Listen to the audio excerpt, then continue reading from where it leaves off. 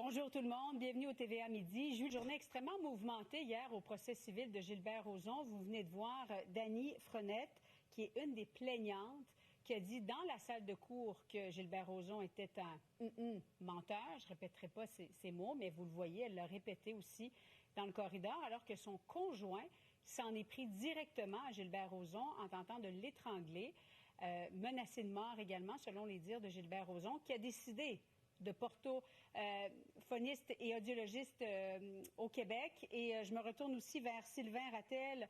Je me réfère à mes feuilles, porte-parole de l'Association des éducateurs et éducatrices spécialisés du Québec. Bonjour à vous deux. Bonjour. Bon, d'abord, je commence avec vous, Madame Rodrigue. On parle de compression de coupe de la part de la coalition.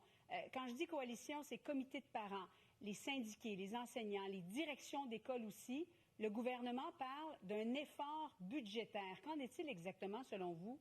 Régulière ou à peu près normale et de recevoir les services dont elle a le droit et de bénéficier d'une vraie éducation selon ses besoins. Et c'est ça qu'on va entacher actuellement. Nous, on n'est pas un syndicat, on laisse les syndicats défendre les postes, les travailleurs, et ils le font très bien, là, c'est leur rôle. Nous, ce qu'on dit que tout le monde au Québec, tous les enfants, les familles ont la même chance, même opportunité de réussir à l'école. C'est de moins en moins vrai. Effectivement. Donc, finalement, c'est eux qui doivent réorganiser leur propre budget familial pour pouvoir offrir du support aux enfants. Monsieur Rattel, je rebondis sur ce que vient de dire Mme Rodrigue. 17 plans d'intervention dans une classe. Comment se fait-il qu'on voit ça couramment aujourd'hui? Donc, une certaine mesure de plan d'intervention se retrouve aussi aujourd'hui comme étant une mesure acceptable jusqu'à un certain point parce qu'on veut ouvrir l'école à des gens qui en ont besoin. Maintenant, Madame l'expliquait, quand les services sont donnés à l'extérieur, on fractionne les choses, on n'est plus une équipe qui travaille ensemble et on perd de l'information et on perd de l'expertise. Et en bout de ligne, encore une fois, puis j'approuve assez bien, on donne beaucoup moins aux gens défavorisés. Et pour en donner encore un peu, on va en couper aussi à ceux qui fonctionnaient bien et qui vont peut-être... Mais là, c'est pas du tout la même chose. Fait que c'est sûr que ce sera à reconsidérer dans ce contexte-ci, oui. Monsieur Rattel, est-ce que le gouvernement était trop généreux avec les enseignants lors des dernières signatures des conventions collectives? Objectivement. Je dirais que c'est peut-être des choix financiers douteux qui amènent qu'on frappe là où les gens sont plus vulnérables et ont moins les capacités de se défendre, malheureusement. Oui. Vous savez, c'est étonnant de penser ça aujourd'hui, mais un grand président américain, pas celui d'aujourd'hui, je vous garantis, a déjà dit que la mesure d'une société se trouve dans la manière dont elle traite ses citoyens les plus faibles et les plus démunis. Ça vient de Jimmy Carter. On s'entend, pas celui qui est là actuellement. On dirait que notre société perd de vue tout ça, les services spécialisés, qui leur permettent de vivre une vie riche et pleine de sens pour des citoyens avec des besoins particuliers. Oui, il y a un fossé, effectivement, qui se creuse entre les mieux nantis. Ça creuse de plus en plus. Oui, absolument. On le constate et ça, c'est très dommage. Marie-Philippe Rodrigue, présidente de l'Association québécoise des orthophonistes et audiologistes, et je le rappelle, Sylvain Rattel est le porte-parole de l'Association des éducateurs et éducatrices spécialisés du Québec. C'était très intéressant de vous entendre. Merci beaucoup. Merci à vous pour l'invitation. Au revoir. Bonne journée. Vous avez peut-être vu passer cette nouvelle, ce papier dans le Journal de Montréal de nos collègues chirurgie esthétique à l'étranger. Il y a des chirurgiens qui dénoncent actuellement la promotion d'influenceurs québécois. Alors, je vais vous faire entendre, avant d'aller retrouver notre invité, qui est chirurgien plasticien, une vidéo d'une influenceuse qui vante justement une des chirurgies qu'elle a reçues à l'étranger. Qui boude les fraises du Québec en pleine saison de récolte, d'abondance aussi, les fraises qui sont proposées dans la circulaire, qui souligne d'ailleurs la fête du Canada. Regardez les fraises, elles viennent soit des États-Unis, soit du Mexique. Les poivrons que vous voyez proviennent du Canada, mais le maïs provient des États-Unis et le melon en bas vient soit des États-Unis ou du Mexique. Jasmine Sauvé est avec nous. Elle est la directrice générale de l'association. C'est monnaie courante. Non, quand même assez surprise. François Legault a compris le message. Bonsoir tout le monde. Bienvenue au TVA à 17h. On croyait que la relation était bonne entre le président Donald Trump et Mark Carney, mais en milieu d'après-midi aujourd'hui, coup de théâtre, le président américain a surpris. Le Canadien de Montréal a frappé un grand coup à quelques heures du début du repêchage. Le tricolore vient de faire l'acquisition du défenseur des Islanders de New York, Noah Dobson.